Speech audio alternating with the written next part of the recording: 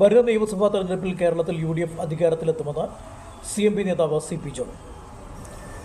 തുടർഭരണമെന്ന ദിവാസ്വപ്നത്തിലിരിക്കുന്ന LDFനെ ഞെട്ടിക്കുന്നതാണ് കണക്കുകൾ ചൂണ്ടിക്കാട്ടിയുള്ള ജോണിന്റെ വിലയിരുത്തൽ. കേന്ദ്രത്തിൽ കോൺഗ്രസിന് സീറ്റ് കൂടിയത് കേരളത്തിലെ നിയമസഭാ തെരഞ്ഞെടുപ്പിലും പ്രതിഫലിക്കും. അതേസമയം കഴിഞ്ഞ ലോക്സഭാ തെരഞ്ഞെടുപ്പിൽ BJP ഒറ്റയ്ക്ക് ഭൂരിപക്ഷം നേടില്ല എന്ന് പ്രവചിച്ചതും CP ജോണായിരുന്നു.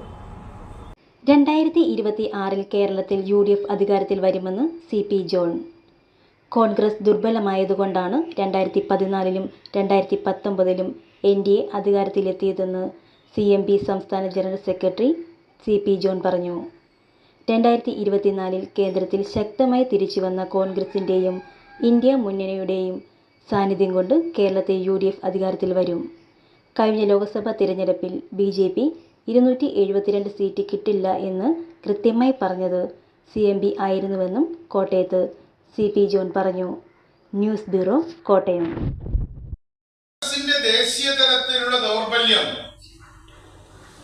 2014-ലും 2019-ലും നടന്ന തെരഞ്ഞെടുപ്പുകളിൽ ദേശീയ തലത്തിൽ കോൺഗ്രസ് തോറ്റതല്ല, 50 സീറ്റ് വരെ താഴേക്കുമായി ചുരുങ്ങിയത് കൊണ്ടാണ് 2016-ലും 2021-ലും UDFന് LDFനെ മറികടക്കാൻ കഴിയാതിരുന്നത്.